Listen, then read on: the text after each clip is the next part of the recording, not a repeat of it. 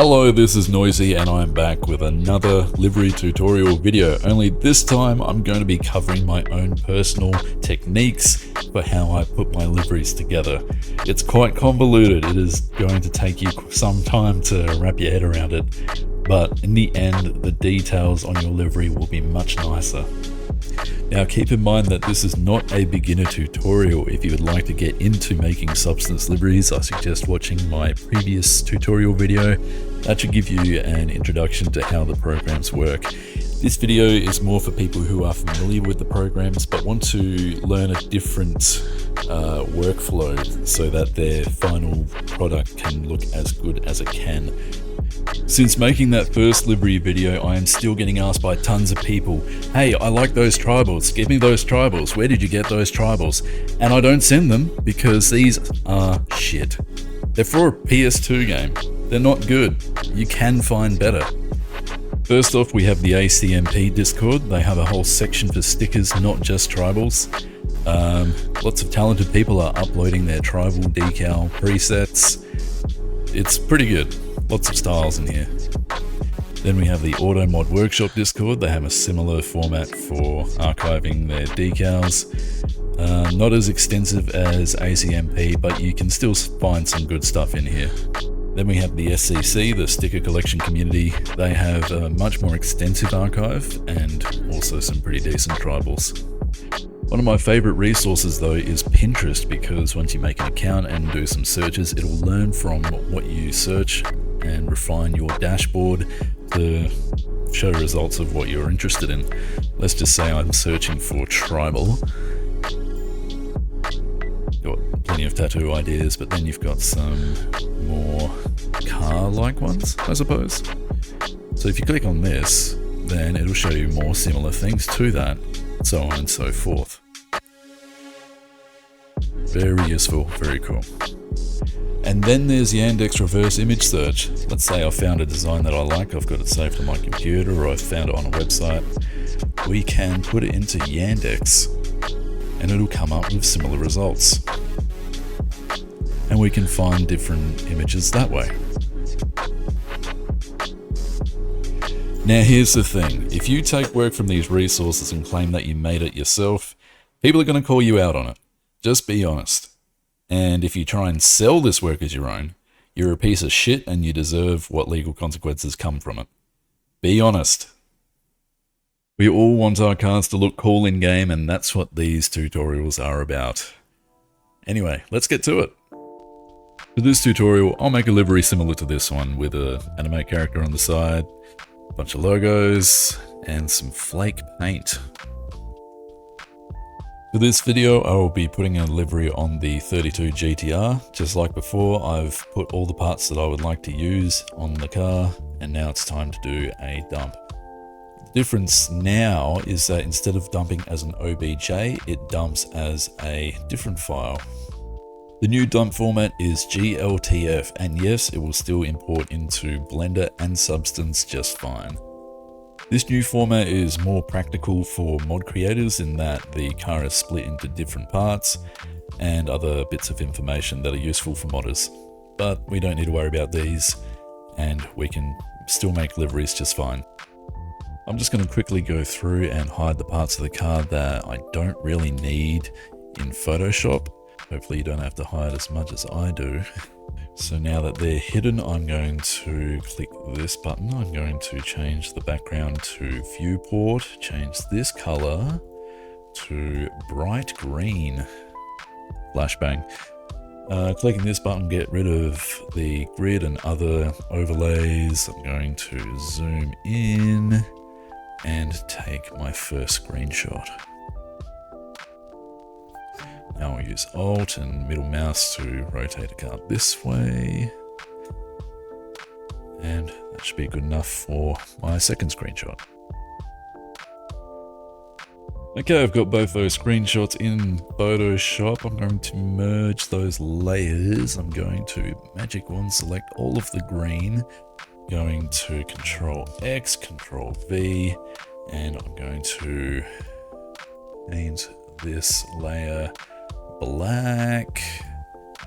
So now when I start importing all my different tribals and images. This is going to be what I use to make the layout.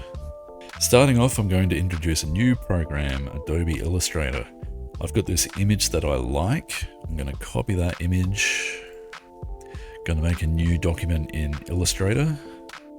I will paste in that image that I just had. I'm going to resize it just a bit. Now I'm going to click the image trace button over here. We'll go with black and white logo. So now I'm going to open the advanced tab. I'm going to adjust these sliders so that all our curves are nice and smooth. We're not having any weird artifacts. Being a black and white image, it's pretty easy to get a good result. Now that I'm happy with that, I'm going to click the expand button over here. And what this does is it takes that image that I just got off the internet and it converts all of these parts of the image into shapes. Using the white arrow tool over here, I can click on each of these shapes. So it looks like that. Control C, and then Control V into Photoshop as a shape layer. And there is that shape. No tracing with the pen tool needed. It is in Photoshop, quick and easy. Alright, I've got my tribals laid out how I want, and something I should have done earlier was change my image size to be 200% with Preserve Details Enlargement. That makes it so all of these shapes that I've got are going to be much higher quality when they go in Substance. One thing you might have noticed is this particular tribal is extending past the side of the car and up into the air. The idea is that I'm going to be able to wrap it across the bonnet once it's in Substance, but we'll get to that. Next up, I'm going to select the largest decal that I can see. I'm going to go to New Documents. The clipboard says that it wants to be 1400 wide. I'm going to make it so it is 2000 by 2000. That gives us plenty of room for any effects that we want to put onto this decal. Transparent background.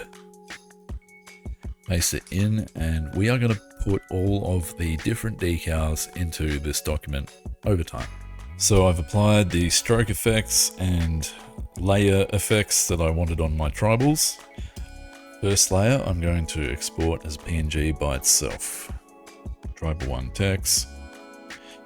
Now I'll come back to my layout document. I'll select the next tribal, copy that into this document, copy the effects from this one, paste it onto this one, grab the, copy the fill, put it onto this one, copy the stroke, copy stroke details. Now I can hide this layer and export this layer as tribal number 2. So now I've got a folder with a bunch of different images in it. And the idea behind doing it this way is that all of the effects and the scale of each of these decals are consistent with how we laid them out on the side of the car here. So after scrolling for an eternity, I finally found an image that will be suitable. Ideally, you don't want the character to be cropped on the sides or the top. There's a little bit of cropping here, but it should still be manageable. The background is also mostly a plain color, but because of these artifacts, it's going to be a little tricky to remove the background in Photoshop. Instead, I've used an AI background remover. We can double check the result in Photoshop with a color in the background just to see if it's taking care of all those artifacts.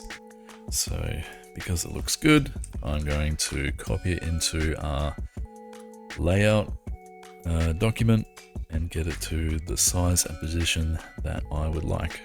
Once it's ready, I'm going to copy that layer into the effects document and apply effects to this layer as well. I've applied the effects I wanted, and now I'll export this as its own PNG. Now I'm going to start positioning brand decals, and a good resource for downloading them is from the AutoMod website. This website lists decals that were made in Gran Turismo Sport, and it hosts them as an SVG file. which we can use in Photoshop. For example, let's just say that my car is going to have Recaro seats. I'll type in Recaro and it gives me a bunch of Recaro logos. I can then click the download button. It gives me an SVG file. I'll drag that into Photoshop and it imports as a shape. Once I've got the position and scale that I want, I'll copy this into the effects document and then apply my layer styles here. So now I have a folder full of my tribal textures, decals, Natasha Girl. We can go into Substance and make a new document. I'm gonna select our model, and of course the resolution is 4096. Our miscellaneous channel is not going to be able to be painted, so we can hide that one and make visibility a bit better. I'm going to start with the first tribal, which is the one that wraps around the bonnet somewhat. Import as a base color. Because I still have Photoshop open, I can refer to my layout and get the scale and position as close as I can. Now, because this decal extends over the bonnet, but it is only projecting in this direction, it has a sort of smeared, smudgy, distorted look to it. We can wrap it around the shape of the car by clicking on this button and going to split warp horizontally. Look at the car side on, and we'll make a split here because this is about where the decal will start wrapping around the car. We'll also make another one slightly above it. Now what we'll do is we'll go to edit vertices and we're going to select that top line that we've made. Holding shift, I can select multiple points. I'll also select that top row. And now we can rotate these vertices. It'll look a bit funny to start with, but as we move the position into the correct spot, it has a bit of a better wraparound. The key is to find the spot where it doesn't distort our decal at all. This may take some attempts with redoing your horizontal cuts, playing with the rotation. It is a bit finicky, but it does allow us to wrap flat decals around a curved surface. It's pretty powerful, very useful. Now let's say that our decal has little bits of warping that we don't want to appear. We can add a white mask, and then we'll click on this button over here. And now this is polyfill, and we have the color selected to black. So if we highlight those polys, it will remove any of the texture that's in those polygons. Then there's cases where you want to delete part of the decal, but it shares polygons with other parts of the decal that you want to keep. In that case, we'll just use the brush tool and we'll paint over the part that we don't want. But unfortunately, for whatever reason, Substance gets rid of more of the decal based on the 3D view, even though you're painting in the 2D view. It's a bit annoying, but we can bring those back using the polygon tool, setting the color to white this time, and then bringing it back like that. Okay, that's another decal wrapped around the rear bumper slightly. Bring in the next one, and if you designed your layer on the left side of the car like I did, to get left side rotation, we'll go 0 for the X, 90 for the Y, and 0 for the Z. And that'll get a perfect side projection to work with. Another way to get rid of these little blemishes and also reposition our decal ever so slightly so it doesn't distort as much, we can give a little bit of rotation on this direction until things look a bit better. For the brand decals, because they're smaller and require a bit more care on the surface of the car so they don't distort, we'll use the surface tool to just do a little click and a drag in the same area, and that will adjust our rotations so it is better matched to the surface that it is being put on. So now all my decals are on the side of the car, looks pretty good. Now to put them onto this side of the car. We'll start with the first tribal that we did, and I'll do Control D. I will now put a negative in front of the offset on the X. That brings it over here. I'm going to put a negative on the Y and remove the negative from the Z on the rotation. And now I'll click this. And now it's in exactly the same spot on the opposite side of the car. Now on this copy, that little weird part is back again because the mask is applied over here. Unfortunately, we can't mirror the mask, so we'll have to do this manually again using polyfill and then the paint tool for there. Now for my brand decals, I don't want them to be mirror imaged, but resetting them in the place that I want isn't so bad. Just use the rotation and the surface tool. I can never remember the name of it. And we'll get these in the same general area. So that's all my decals in place. Now it's time to work on the gradients. I'll start by making a folder, and then all the layers that I've got so far, I'm going to drag into that layer. I'll start by making another folder, dragging it underneath that first one. I'm going to make a fill, and I'll change the base color to what I'd like the car color to be. So I'm thinking that I want to have a silver fade back into like a sort of peachish color. So I'll come over to the textures tab. I will scroll down until I find gradient line, linear 1. Drag this onto the car as a base layer. Make sure that it is in my fill folder above that base color. Then I'll come over to the filters button, grab gradient. I'm going to drag it onto this texture layer. I'll reduce the color quantity to 2. Color 1 can be the peachish sort of color that I'm going for. Something like that. And I'll change this to base color. That makes the car sort of a flat color. And now I can use the sample color button to match the color of the layer below. So the gradient looks nice. Get a nice looking gradient that covers the whole car. We'll change the projection to triplanar projection. Change the shape crop to shape. Then we'll reset our rotations again.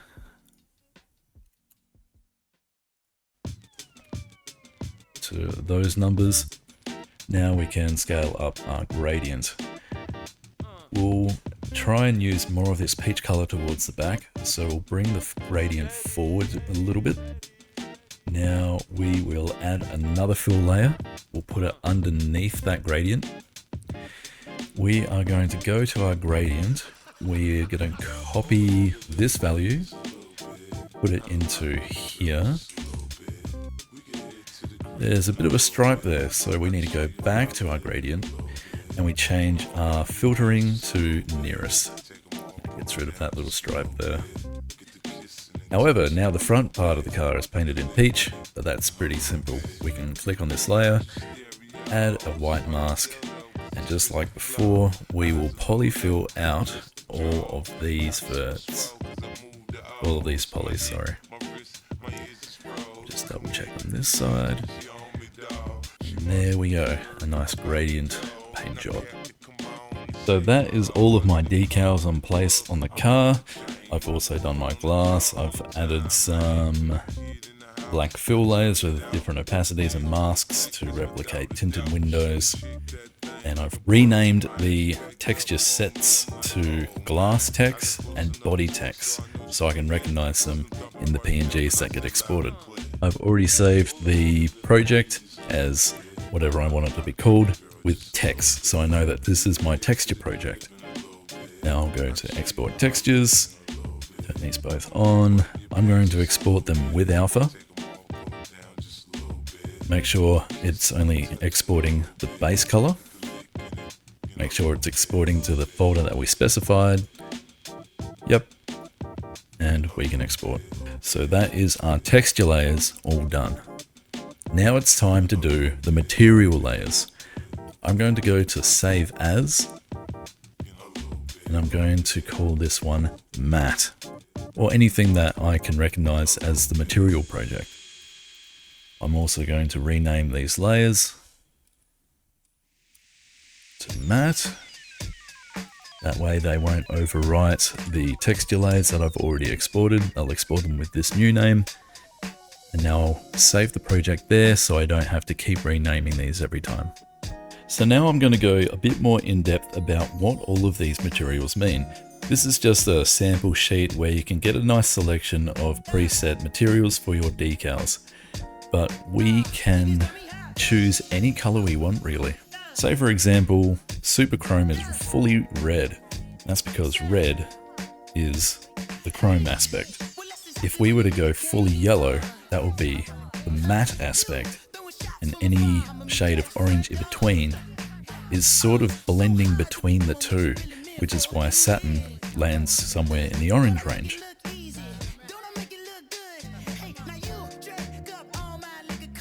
So when you add more darkness to the color of the material, that introduces more gloss. If you were to remove saturation from the material color, that introduces a wider specular. So the reflection or the light on the surface is sort of diffused further, whereas more saturation makes it more sharper. I'm not completely certain what the cyan to pink color range changes. I think it's just a complete lack of matte or chrome. So basically just a safe sort of gloss range. So I'm here in my textures Photoshop project. I'm going to go ahead and save a copy of this as the materials. Now I'm going to go through and apply all of my material colors to each layer and export each of those layers as another PNG. So on my tribals, I want to have the inner to be sort of shiny. I'm going to remove all of these effects. The color can be not fully chrome. I think I'll diffuse it a bit and add a bit of gloss. So that would be somewhere around here. Opacity to make sure that it is fully that color. Drop shadow, I want to have, I guess, a sort of satin, so we'll go into orange. I also want it glossy and a bit diffused, so that would be somewhere around here. And my outline is going to be in this menu. So for the stroke color, I'm going to introduce a safe gloss as blue. So now I export this PNG Tribal 1 matte, the material. I can copy this layer style and put it onto each of my tribals. Now I'm up to my anime girl, and because she's got a lot of different details and shades and colors, it's best just to play it safe with a sort of gloss. So we will apply somewhere around here, give her a fair amount of diffuse, a fair amount of gloss, somewhere around there. So she's fully green, and her outline can be the same as what we used for the tribals. Now I have all of these matte PNGs in my folder. I'm going to select the texture layer, scroll down to where it says the base color, and I'm going to drag in the material that I made. And that replaces it in exactly the same spot, but now it has all of the material information. So I'm going to go through and do that for each of these layers. That is all of my decals replaced with their material layer variations. And now I'll turn off the base paint and fade because we're going to be doing that in Photoshop for the materials. Now I'll go to my glass. I'm going to disable the different opacities for my tints. And now I'll put in another fill layer as the bottom layer. And glass is generally pretty glossy, so I'm going to go with blue and turn it right dark down to here. Now for each of these decals, because they're a simple color, plain white, they don't need too much attention, I can do the materials in here using gradient. I'll drag that onto the layer. Color quantity is 0. Doesn't matter where these sliders are, but I'm going to change these both to the same color. Window decals are generally quite mattish, so we'll lean towards yellow, but still staying a bit green. Turn the brightness up, bit of desaturation for the diffusion, and I think that will be pretty good. Use the eyedropper, copy that to the black. Now I will Control-C that and paste it onto each of my other decals on the glass. Alright, same as before, I'm going to export the textures, making sure that base color is the only one that gets exported. Same settings as usual, export. Now it's time to give our base color some paint flake. We're going to drag in the body's material layer, and we are going to add a new layer. We're going to fill it in completely black. It's going to be underneath our materials for the decals. We'll go to filter, noise, add noise, and we're going to add a 50% Gaussian monochromatic noise. For this layer, I'm going to add a gradient map adjustment. And for flake to look decent, we need the body to be red, so sort of chromish. And we'll lower the brightness right down so it removes some of that chrome and replaces it with gloss. For the white channel, or our flake, we're going to have something around here.